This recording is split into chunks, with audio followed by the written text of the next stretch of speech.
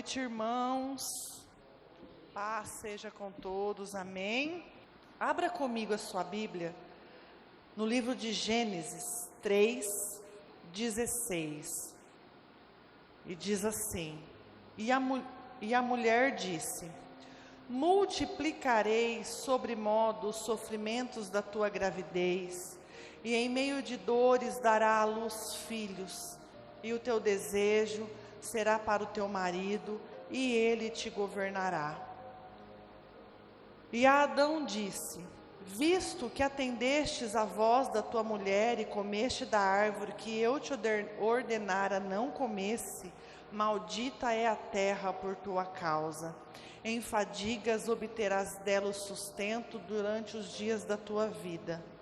Ela produzirá também cargos e abrolhos, e tu comerás a erva do campo. No suor do rosto comerás do teu pão, até que tornes a terra, pois dela foste formado, porque tu és pó, e ao pó tornarás. Amém? Esse texto que eu acabei de ler, todos nós conhecemos o texto, o contexto, nós sabemos o que aconteceu nessa passagem aqui, quando Eva come da fruta da árvore do bem e do mal, oferece a Adão e ele come, e os olhos deles são abertos, e eles se tornam conhecedores do bem e do mal. E isso acontece, irmãos, no momento em que Deus fala para eles: não coma.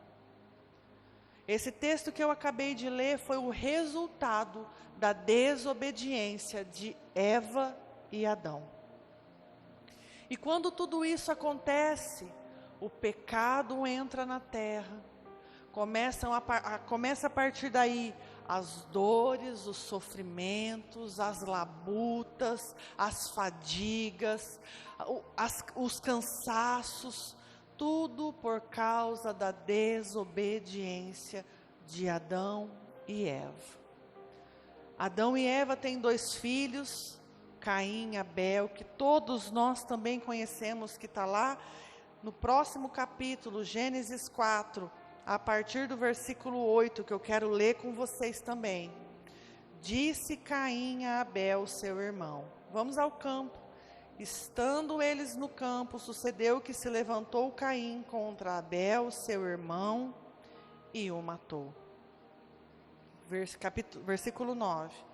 Disse o Senhor a Caim: onde está Abel, teu irmão? E ele respondeu: não sei. Acaso sou eu tutor do meu irmão? E disse Deus: que fizeste? A voz do sangue do teu irmão clama da terra a mim. Esse momento aqui, irmãos, foi a última vez que Deus falou com o homem, antes dele voltar a falar com o homem. Antes disso, ele só falou com Noé. Depois disso, ele pergunta para Caim: cadê o teu irmão? E depois disso, Deus permanece por mais de 1000 anos em silêncio, até ele chamar Noé para que ele construísse a arca. E talvez a gente, como eu já disse nas outras ministrações, desatentos, porque é uma passagem tão conhecida, a gente lê sem prestar atenção e sem dar a devida importância à passagem, a gente não se atenta aos pequenos detalhes. Tudo isso aconteceu por causa da desobediência. As tragédias que acometeram a vida de Adão e Eva. Essa família, depois que Eva come da árvore do bem e do mal, ela foi a ruínas. Assassinatos, brigas, contendas. Adão e Eva, que viviam no paraíso, desfrutando de tudo, teve que começar a trabalhar, a se fadigar, a sentir dores, a sentir cansaço. A vida começou a ficar exaustiva por causa da consequência da desobediência. A Bíblia também fala, continuando no capítulo 4, que Caim foi amaldiçoado e ele teve um filho que se chamava Lameque, e Lameque se tornou assassino. Vocês conseguem ver a tragédia na família, a queda na família, a decadência na família, aonde Adão e Eva tinham um relacionamento com Deus, conversavam com Deus na viração do dia, todos os dias. Por causa da desobediência, houve uma separação. E quando essa separação alcançou essa família, só veio acontecendo tragédias, e tragédias, e tragédias, e tragédias. Dores e dores e dores. E aí que eu quero ler com vocês sobre o nosso personagem de hoje, que está em Gênesis 4, a partir do versículo 25. Diz assim: tornou Adão a coabitar com a sua mulher, e ela deu à luz a um filho, a quem pôs o nome de Sete. Porque disseste ela: Deus me concedeu outro descendente no lugar de Abel, que Caim matou. A Sete nasceu também um filho, o qual pôs o nome de Enos. Daí se começou a invocar o nome do Senhor. Antes de Eno nascer, só havia dor, sofrimento e luta. Aquilo que era bom, aquilo que era maravilhoso. Irmãos, eu não sei se vocês conseguem imaginar como era todos os dias na viração do dia, ouvir a voz de Deus chamar o teu nome. Você já parou para pensar? Quando o sol está se pondo, para mim particularmente é a hora do dia que eu mais gosto. E você ouve a voz do Senhor chamar o teu nome, e Ele vem querer bater um papo com você e saber como foi o seu dia, o que você fez, qual foi o animal novo que você descobriu, qual foi a fruta nova que você encontrou, o que você está pensando a respeito disso, a respeito daquilo, a respeito disso, como está o teu coração, você está feliz, você está contente, e de repente do nada isso se acaba. Foi nesse tempo que Enos nasceu, aonde tudo era lindo e se tornou em enfado e cansaço. Enos só ouviu falar de Deus. Enos não teve a oportunidade de ouvir a voz de Deus. Eu não sei nem se Adão e Eva chegaram a falar para Enos quem era Deus. É óbvio que todos naquele tempo sabiam de tudo que tinha acontecido. Mas vocês conseguem imaginar quando Enos olha para sua família destruída, derrotada, e ele para e pensa: como pode o meu avô, um homem que todos os dias conversava com Deus, hoje vive nessa situação? Talvez Eva ainda chorava pela morte de Abel, porque se ela pôs em Sete esse nome, falando porque Deus me restituiu, é porque ela ainda sentia dores pela perca de Abel. Enos olha para a situação da família dele e ele decide ser diferente. E talvez nós, hoje, estejamos como Enos. A gente olha para a nossa família, para os nossos pais, para os nossos avós, e olha para a nossa vida, e a gente vê tanta maldição, e a gente vê tanta desgraça, e a gente vê tanta derrota, e a gente para e olha a situação e fala: Deus, quando foi que a minha família escolheu te desobedecer? Quando foi que a minha família achou que era melhor ouvir a voz do inimigo do que se sentar contigo na viração do dia. Deus, a minha família já teve intimidade contigo, a minha família já ouviu a tua voz e hoje está em ruínas. Enos, quando olha para a situação da família dele, ele toma uma decisão. Qual foi a decisão de Enos? Invocar o nome do Senhor. Em algumas versões falam que Enos começou a cultuar ao Senhor. Quando irmãos, que a gente deve fazer isso? Como é que a gente deve fazer isso? Em que momento a gente tem que olhar para a nossa casa e falar: chega. Chega de desobediência, chega de dor, chega de cansaço, chega de fadiga, chega de morte, chega de violência. Chegou a hora de invocar ao Senhor. Enos, invocando a presença do Senhor, ele está dizendo para Deus: Pai, me socorre.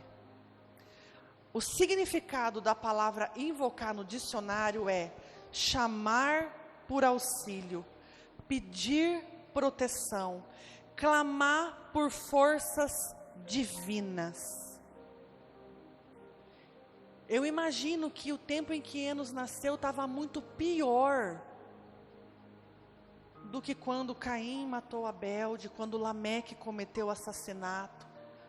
Tudo estava muito pior porque as pessoas se esqueceram de Deus. Irmãos, todas as vezes, numa época da humanidade que começa tragédias, dificuldades, Deus sempre levanta alguém para fazer a diferença. Deus sempre levanta um Elias, um Eliseu, um Paulo.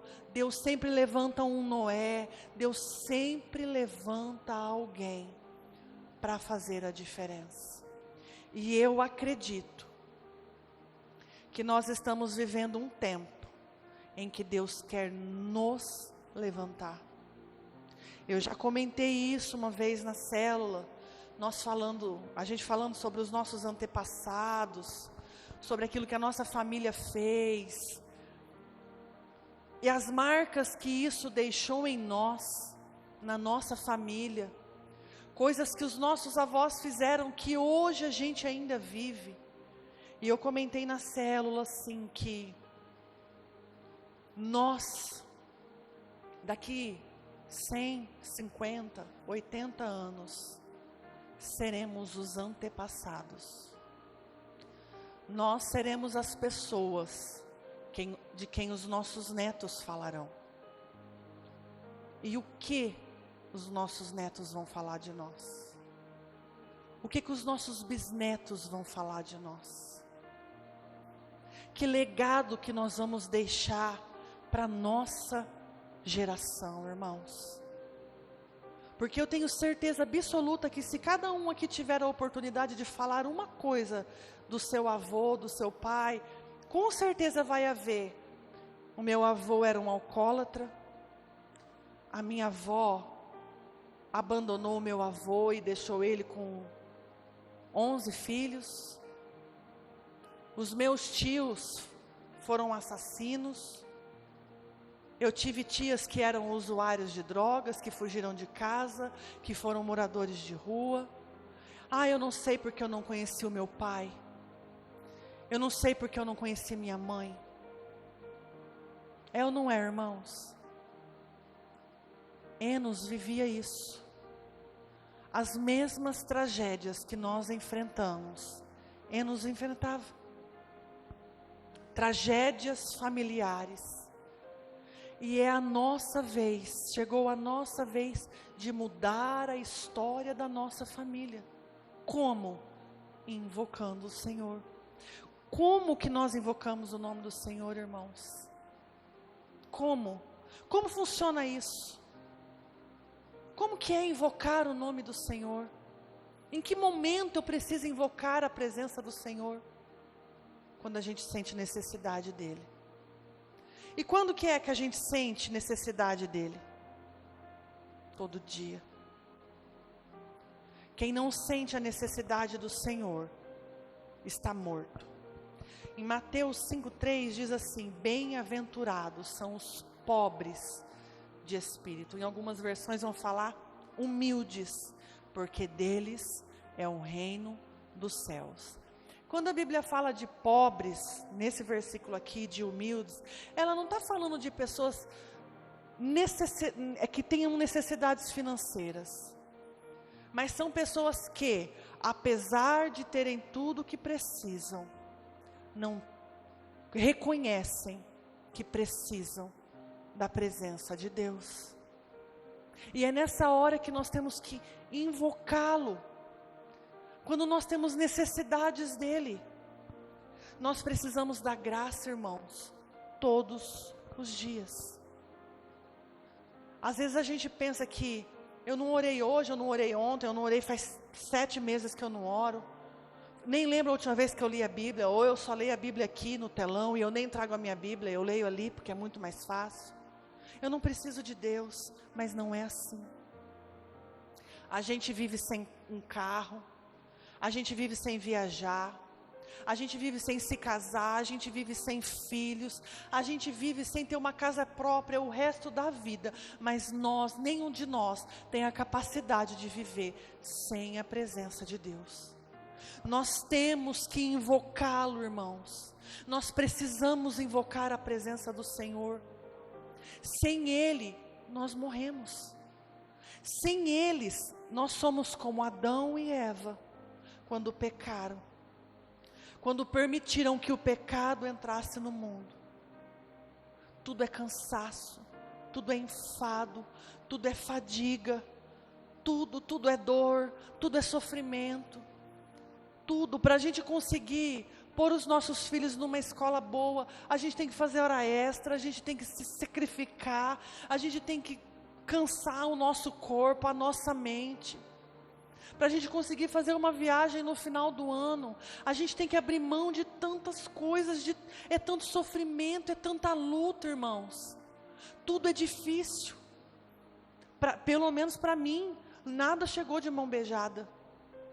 Ninguém olhou para mim e falou assim: ai, Simone, te acho tão bacana, tô aqui, eu vou te fazer um pix. Ninguém fez isso para mim, irmãos. Ninguém me viu uma vez com o meu carro fundido e falou para mim: ai, tadinha dela, vamos lá na concessionária para você escolher um. Ninguém fez isso para mim. Tudo que nós temos, a gente precisa de cansaço, de suor do nosso rosto. Eu acabei de ler as consequências da desobediência de Adão e Eva. Mas nós vivemos sem um carro, sem a viagem, nós colocamos os nossos filhos na escola pública, nós dependemos da saúde pública. Mas sem a presença dEle, a gente não vive. Sem a presença dEle, nada tem valor. Sem invocar o nome do Senhor, não adianta carro novo, não adianta viagem nova, porque o vazio vai estar lá. Invocando a presença do Senhor, nós somos supridos. Como também nós invocamos o nome do Senhor, dando a Ele o primeiro lugar, a prioridade. O que está escrito em Mateus 6,33? Buscar Ele em primeiro lugar, busque o reino em primeiro lugar. Pastor Júnior, esses últimos cultos, tem comentado sobre esse versículo. Busque a presença dEle em primeiro lugar, coloque Ele em primeiro lugar, que Ele seja teu primeiro pensamento, que Ele seja a tua primeira opção, que Ele seja o primeiro em tudo. Irmãos, nós temos uma facilidade gigantesca de trocar Cristo por qualquer coisa, e eu me incluo nisso. A gente troca Jesus por qualquer coisa, irmãos.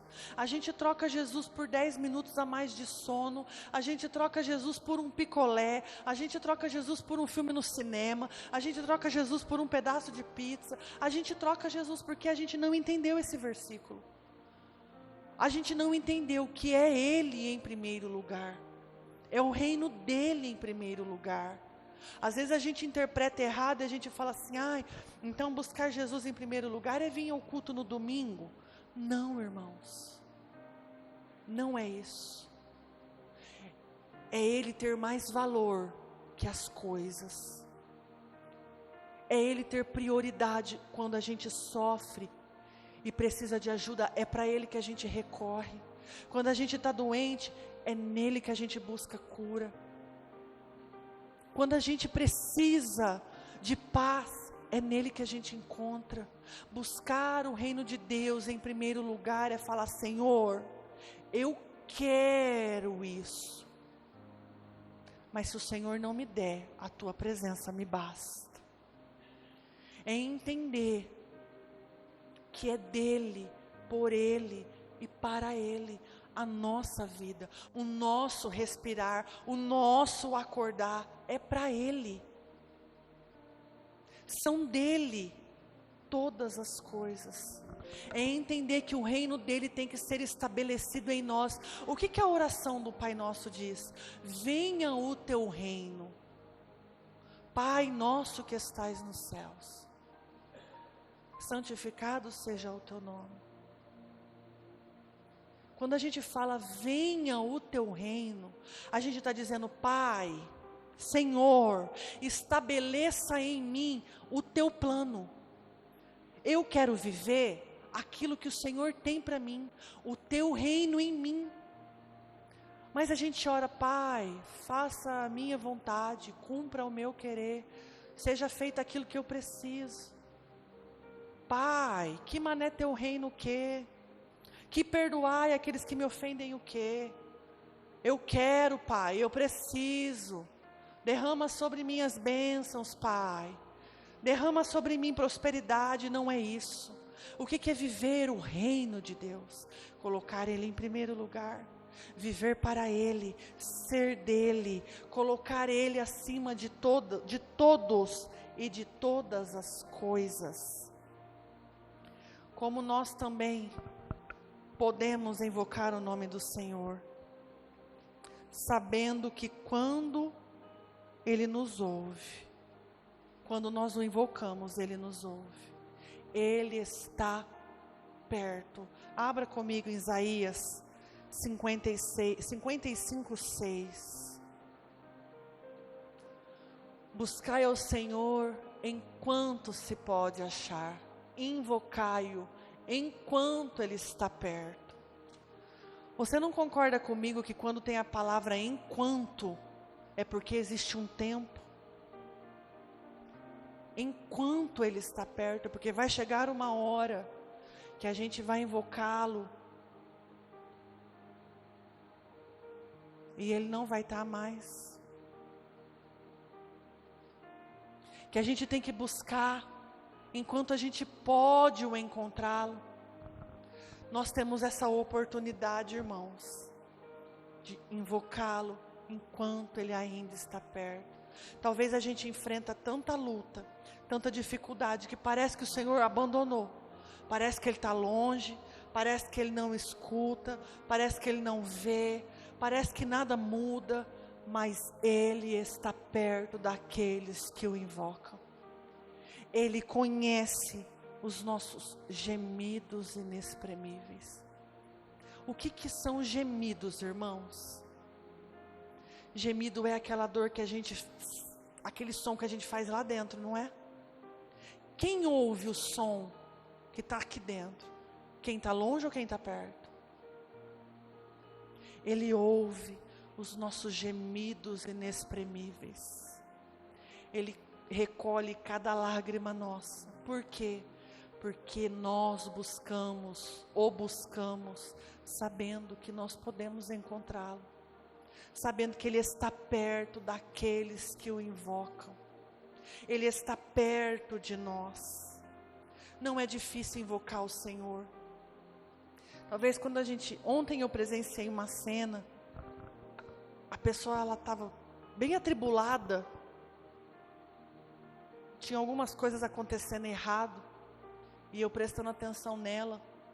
Tinha muita gente em volta e ela queria que tudo desse certo, porque as pessoas estavam dependendo daquilo que ela estava fazendo. E ela nervosa porque não estava dando certo. Ela não saiu o som, mas eu li o que ela falou. Eu fiz a leitura labial. E ela falou uns 35 palavrão. Naqueles 2 segundos que eu olhei para ela. A mesma dificuldade que ela teve para falar aqueles palavrões, ela teria para invocar o nome do Senhor e clamar por ajuda. Às vezes a gente está na luta, está difícil mesmo, irmão, a vontade de xingar mesmo. Invoque o nome do Senhor. Clame o nome do Senhor. As palavras que saem da nossa boca têm poder. Ore ao Senhor, busque-o. E é a oração, irmãos, que é feita todos os dias. Orai sem cessar. Orar sem cessar. O que é orar sem cessar? O tempo todo o tempo. Eu não estou dizendo que você tem que ser um louco, bitolado, que as pessoas vão olhar você na rua e vai falar lá, ó, tem que chamar o CRAS para ela. Não é isso que eu estou dizendo. Mas eu estou dizendo, clame ao Senhor. Está difícil? Clame ao Senhor. Está lindo o teu dia? Adore ao Senhor. Vida de oração. Uma vida de oração, irmãos, não é só feita aos domingos. Uma vida de oração não é só aqui dentro da igreja. Hoje, a minha tia mandou um vídeo para mim hoje. Eu não sei nem como é o nome disso. De comediante cristão que fica fazendo stand-up da vida cristã. E ele ensinando como você deve orar quando acorda. Vocês viram isso, irmãos? Não. Coloca seu celular para despertar dentro da Bíblia. Coloca a Bíblia debaixo da cama. Quando teu celular despertar, você vai ter que dobrar o joelho, pegar a Bíblia, abrir a Bíblia para desligar o celular. Aproveita, já lê e já ora. Isso não é vida de oração. Vida de oração é comunhão, intimidade. É você saber os planos, os propósitos, as promessas. É você conhecer a palavra a ponto de saber quem você é em Cristo. A ponto de você saber quem é o teu Pai. A ponto de você saber que quando você o chama, Ele está ao teu lado para te socorrer. Vida de oração. Busque-o enquanto Ele está perto. Invoque-o enquanto você pode achá-lo. Irmãos, o que acontece quando a gente invoca o Senhor? Abra comigo a sua Bíblia em Joel 2:32.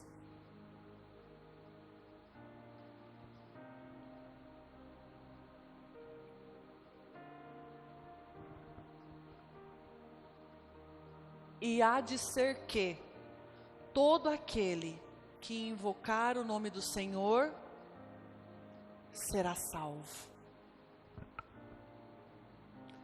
Todo aquele que clamar, que pedir por ajuda, que pedir por auxílio, que clamar ao Senhor, que tem vida de oração, que coloca Ele em primeiro lugar, que busca Ele em primeiro lugar, que estabelece, que pede para que Ele estabeleça o reino dEle sobre nós, será salvo. Isso é uma promessa. Isso é uma promessa. Paulo fala, não me recordo agora em qual livro. Ele diz que tantas quantas forem as promessas do Senhor, nela estão o sim e o amém. Tantas quantas forem.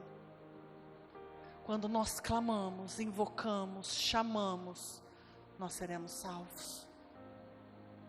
Tome posse das promessas. Por isso que eu falo que não é só os domingos que a gente tem que invocar o nome dele.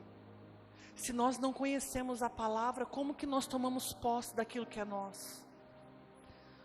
Outro benefício de quando nós invocamos o nome do Senhor. Salmo 145, 18.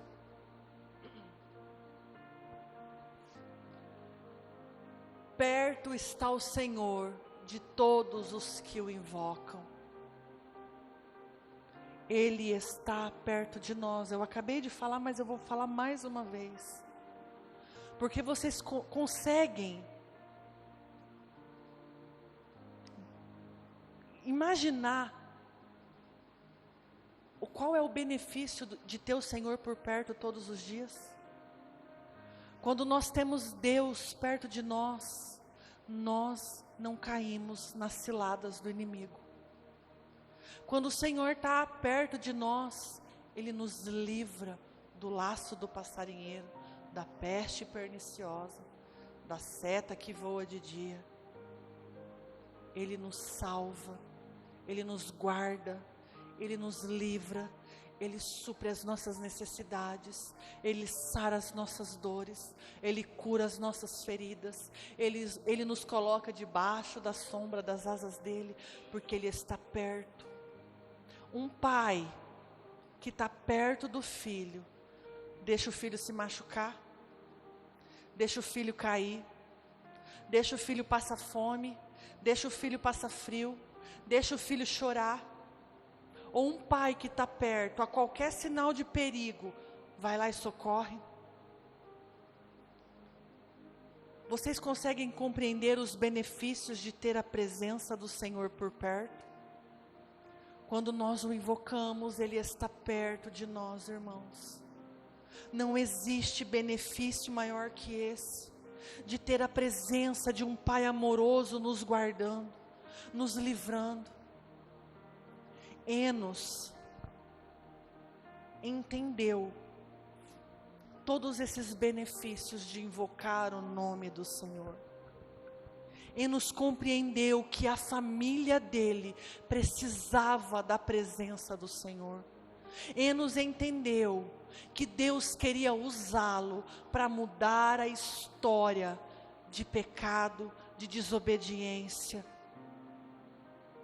Enos entendeu que era invocando ao Senhor que a história da família dele seria mudada. O que precisa acontecer, irmãos, para a gente tomar uma atitude como a de Enos? Porque a família destruída nós já temos.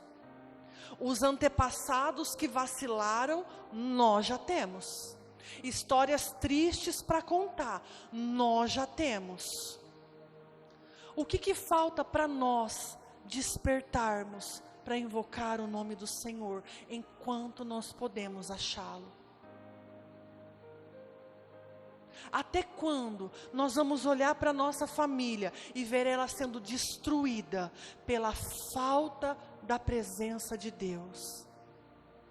Pela desobediência daqueles que vieram antes de nós? O que ainda falta para a gente invocar o nome do Senhor e mudar a história da nossa geração? Ou vocês querem que os seus filhos, que os seus netos, que os seus bisnetos, que os seus tataranetos tenham vida de derrota? Que eles também sejam viciados na bebida, nas drogas, na pornografia, que eles também sirvam outros deuses, que eles também andem por caminhos tortos, que eles também sejam ceifados pelo inimigo. Quantos familiares nossos, irmãos, o inimigo já levou? Quantos familiares nossos morreram sem declarar que Jesus Cristo é o Senhor? Quantos? Eu já contei aqui e eu vou contar mais uma vez, que antes da minha geração, Na família da minha mãe não havia ninguém cristão, que precisou a casa da minha mãe entrar em enfermidade, para que todos, a maioria, todos não, mas a maioria, invocasse o nome do Senhor e mudasse a história da minha família.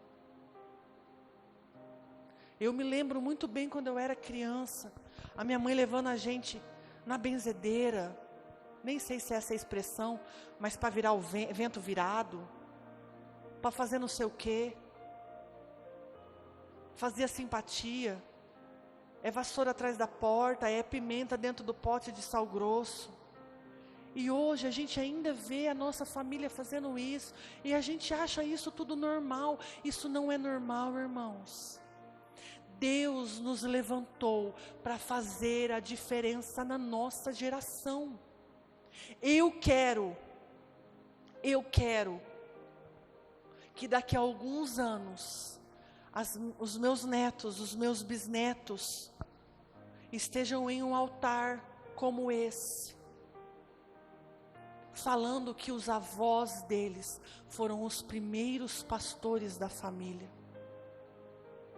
O que os seus netos vão falar de você? O que os seus bisnetos vão falar de você? Que legado nós temos deixado? Vocês já pararam para pensar, daqui a alguns anos, alguém falando: o meu avô foi aquele que mudou a história da minha família. Foi através do meu avô que o evangelho entrou dentro da minha casa e mudou a história da minha família. Hoje toda a minha casa é salva porque o meu avô disse sim para Jesus. Porque a minha avó clamou o nome de Jesus. Foi isso que Enos fez. Enos parou. Ele olhou para o avô Adão, para sua avó Eva, e ele falou: se o meu avô e a minha avó, tinham intimidade com esse Deus, por que eu não posso ter? Se quando o meu avô e a minha avó obedeciam, eles viviam em paz, eles eram alimentados, eles eram supridos, por que eu não posso ser? Esse mesmo Deus, Ele não mudou. Enos entendeu o poder de invocar o nome de Deus. Eu quero que você abra comigo a sua Bíblia. Em 1 Crônicas 1, do 1 ao 4. E nós vamos ler a genealogia de Enos.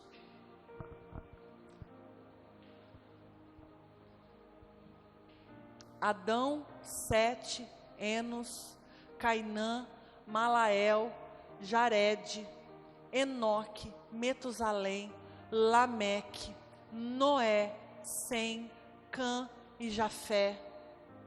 Os filhos de Jafé, é só até aí. Noé está na genealogia de Enos. Foi com Noé que Deus falou depois de ter falado com Caim. E o que Noé fez quando Deus falou com ele? Obedeceu. Por que vocês imaginam que Noé obedeceu a Deus? Sendo que antes disso, em nenhum lugar da Bíblia fala de Deus falando com outra pessoa. Por que vocês imaginam que Noé sabia que era a voz de Deus e sabia que tinha que obedecer? Porque Enos deixou um legado na família dele. Porque Enos mostrou que quando invoca, que quando é obediente, as bênçãos do Senhor os alcançam. Porque Deus está perto daqueles que o invocam. Noé conhecia Deus, porque Enos o invocou. Noé obedeceu a Deus, porque Enos falava de Deus para sua descendência. Eu fiz as contas mais ou menos, mas não sei se está certo, porque eu fiz a conta, não pesquisei em lugar nenhum. Quando Noé nasceu, Enos tinha mais ou menos 800 anos, e ele morreu com 995 anos. Você acha que Enos não falava de Deus para Noé? Vocês conseguem imaginar ele falando: Noé, um dia Deus vai te chamar pelo nome, obedeçam, porque Ele é um Deus que salva, Ele é um Deus que supre, Ele é um Deus zeloso, Ele é um Deus que cuida, Ele é um Deus que não mente, que não falha, Ele é um Deus que cumpre as promessas dEle na vida daqueles que o obedecem, que o invocam. Aquilo ficou registrado no coração de Noé, irmãos. O que nós temos feito? O que nós temos feito para a nossa geração ouvir quem é Jesus, quem é Deus? Que legado nós temos deixado no coração dos nossos filhos? O que nós temos ensinado? Qual é o exemplo que nós temos dado para as nossas crianças, para os nossos pais, para os nossos irmãos? Deus quer salvar a nossa família. Deus quer nos colocar na arca dele, irmãos. Deus tem um futuro para nós que a nossa mente ainda não imaginou, que os nossos olhos não viram, que os nossos ouvidos não ouviram, mas nós precisamos invocar o nome dEle. O grupo de louvor pode subir. Olha o que aconteceu quando o nome do Senhor foi invocado através da vida de Enos. Eu vou ler a genealogia de Cristo. É muito cansativa, mas eu quero que você preste atenção nos nomes. Ora, está escrito em Lucas 3, 23. Ora, tinha Jesus cerca de 30 anos ao começar o seu ministério.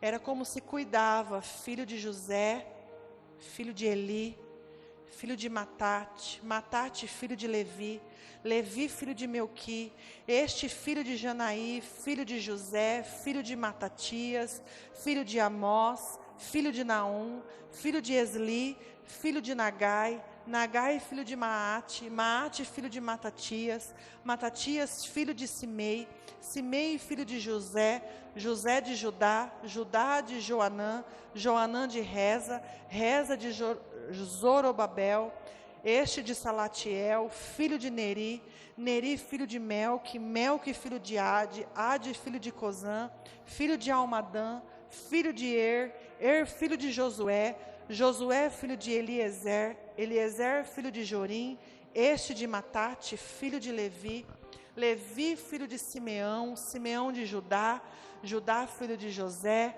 este filho de Joanã, filho de Eliaquim, Eliaquim filho de Meleá, Meleá filho de Mená, Mená de Matatá, este filho de Natã, filho de Davi, Davi filho de Jessé, Jessé filho de Obed, Obed filho de Boaz, este filho de Salá, filho de Maasson, Maasson filho de Aminadab, Aminadab filho de Admim, Admim filho de Arni, Arni filho de Esnom, filho de Perez, filho de Judá, Judá filho de Jacó, Jacó filho de Isaque, Isaque filho de Abraão, este filho de Terá, filho de Naor, Naor filho de Serug, Serug filho de Ragaú, Ragaú filho de Falaque, este filho de Eber, filho de Salá, Salá filho de Cainã, Cainã filho de Arfaxade, filho de Sem,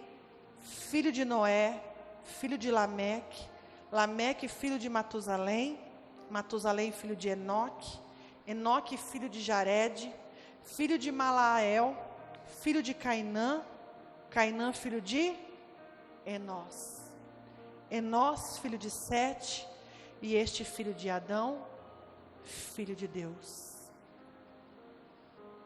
Enos está na genealogia de Cristo, porque ele escolheu fazer diferente dos seus antepassados.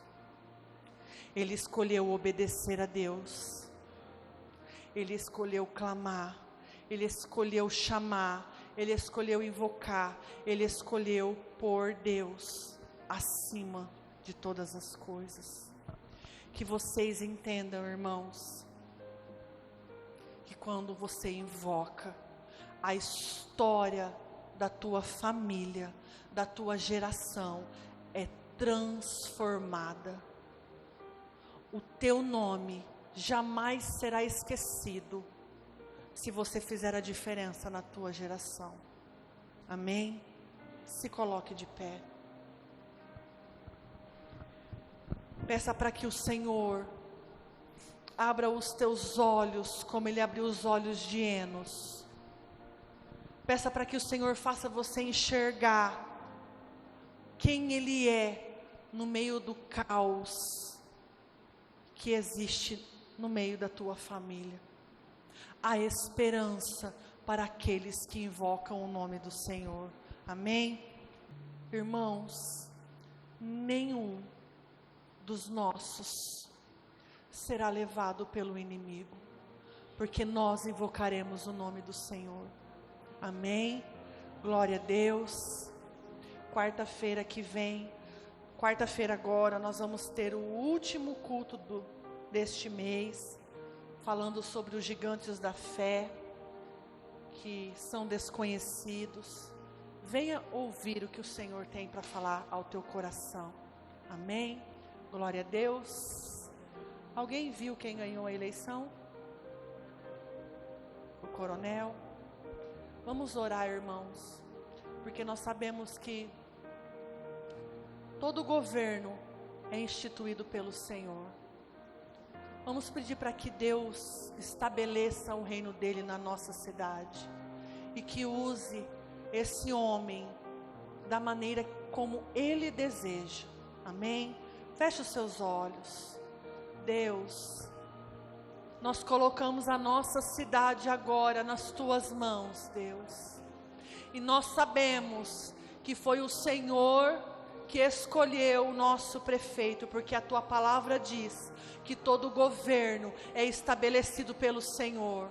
Pai, cumpre na nossa cidade a tua vontade, o teu querer, os teus planos, Senhor. Usa a vida dos governantes, Pai, para que o teu reino seja estabelecido, em nome de Jesus Cristo, Deus. Nós colocamos a nossa cidade nas tuas mãos, Senhor, em nome de Jesus. Amém?